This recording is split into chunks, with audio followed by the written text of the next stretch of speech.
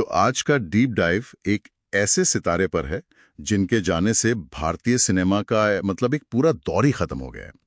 24 नवंबर 2025 को धर्मेंद्र देओल हमें छोड़कर चले गए।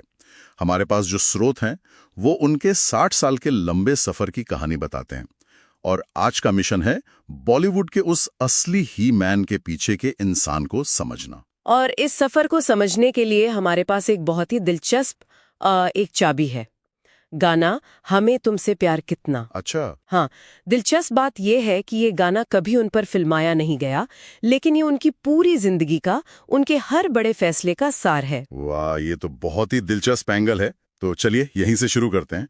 पंजाब के एक छोटे से गांव से बॉम्बे की चकाचौंध तक ये सफर शुरू कैसे हुआ? शुरुआत तो बहुत ही मामूली थी। एक स्कूल हेडमास्टर के बेटे थे। बॉम्बे आने से पहले रेलवे में क्लर्क की नौकरी करते थे। महीने के करीब 125 रुपए कमाते थे। और मुझे जो बात सबसे ज्यादा हैरान करती है वो ये है कि उनकी पहली फिल्म दिल भी तेरा हम भी तेरे के लिए उन्हें सिर्फ 51 रुपए मिले थे।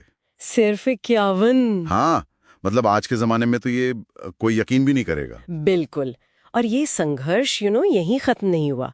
उन्होंने फिल्म फेयर का टैलेंट कॉन्टेस्ट जीता था। हाँ, मैंने पढ़ा है इसके बारे में। और उसके तहत उन्हें एक फिल्म मिलनी थी, लेकिन वो फिल्म कभी बनी ही नहीं।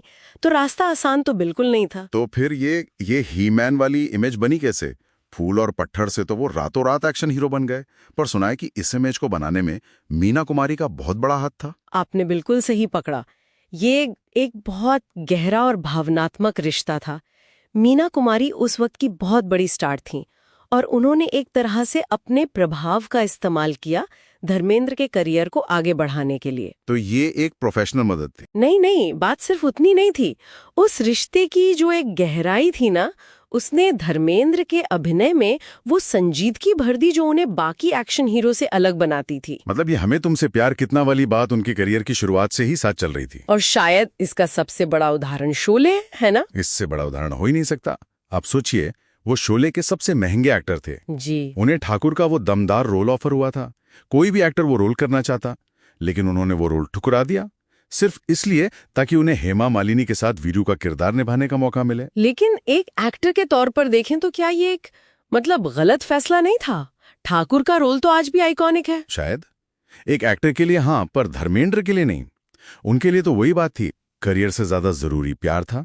और इसी प्यार के लिए उन्होंने सेट पर बड़ी मजेदार शरारतें भी की। अच्छा, जैसे कि कहते हैं कि शोले की शूटिंग के दौरान एक सीन था जहां उन्हें हेमा जी को गले लगाना था। तो उन्होंने लाइट बॉयज को लगभग 2000 रुपए दिए ताकि वो जानबूझकर गड़बड़ी करें और सीन को बार बार रीटेक करना पड़े। अरे वाह, क्या बात है! ये तो कमाल की दीवानगी है। लेकिन क्या यही जुनून उनकी जिंदगी के आखिरी सालों में भी रहा? हमने उन्हें राजनीति में भी देखा, पर वो पारी ज्यादा लंबी नहीं चली। राजनीति का मंच शायद वो उनके सीधे साधे दिल के लिए बना ही नहीं था।